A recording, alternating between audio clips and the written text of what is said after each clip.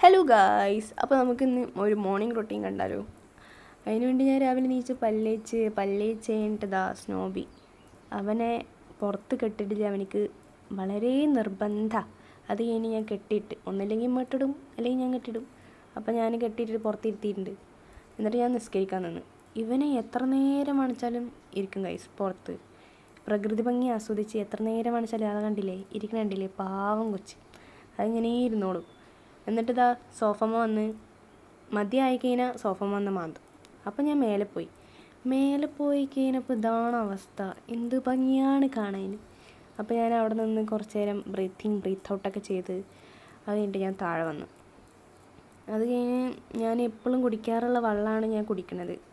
2 തരം ജീരകവും മഞ്ഞളും ഒക്കെ ഇട്ടിട്ടുള്ള വെള്ളമാണ് കുടിക്കുന്നത്. അപ്പോൾ ഞാൻ വലിയ മഗ്ഗിലൊക്കെയാണ് എടുത്തിട്ടുള്ളത്. ഷോ കണ്ടാൽ വിചാരിക്കും, കുടിക്കണ കണ്ടാലൊക്കെ വിചാരിക്കും ഞാൻ ജ്യൂസാണ് കുടിക്കണത്. പക്ഷേ അതിൻ്റെ ഉള്ളിൽ എന്താണെന്ന് നിങ്ങൾക്കറിയാലോ. അത് കഴിഞ്ഞ് ഞാൻ അമ്മക്ക് ചായ ഉണ്ടാക്കാൻ പോയി. ചായക്ക് എന്തൊക്കെ ഇടാമെന്ന് നിങ്ങൾക്കറിയാലോ. എപ്പോഴും എല്ലാവരും ഇടുന്ന പോലെ ഞാനും പഞ്ചസാരയും ചായപ്പൊടി തന്നെയാണ് ഇട്ടത്.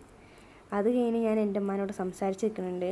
അത് കഴിഞ്ഞ് ഞാൻ എൻ്റെ അല്ല കടയിൽ നിന്ന് വാങ്ങിച്ച നേന്ത്രപ്പഴം കഴിച്ച്. എന്നിട്ട് ഞാൻ എൻ്റെ പണിക്ക് നിന്നേ. പണി എന്താണെന്ന് വെച്ചാൽ അടിച്ചു വാരൽ. അപ്പോൾ പുറത്ത് നല്ല മഴ ഉണ്ട്. ഇവനാണെന്ന് വെച്ചാൽ അപ്പളേനെ ഇരുത്തിയതാണ്. ഇത്ര നേരമായിട്ട് നീച്ചിട്ടില്ല. എന്നിട്ട് ഞാനിതാ ഒന്ന് നീപ്പിക്കാൻ നോക്കുന്നുണ്ട്. അവിടെ അടിച്ചു വാരണമല്ലോ. അത് കഴിഞ്ഞ് നീപ്പിച്ച് അവൻ നീക്കണുണ്ട്. ലാസ്റ്റ് നീക്കണുണ്ട്. Watch it. അപ്പോൾ ഞാൻ എന്താ ഒന്ന് ഉന്തി നീപ്പിക്കണുണ്ട്. നീച്ച് പോയി. എന്നിട്ട് ഞാൻ അവിടെ അടിച്ചു വാരി.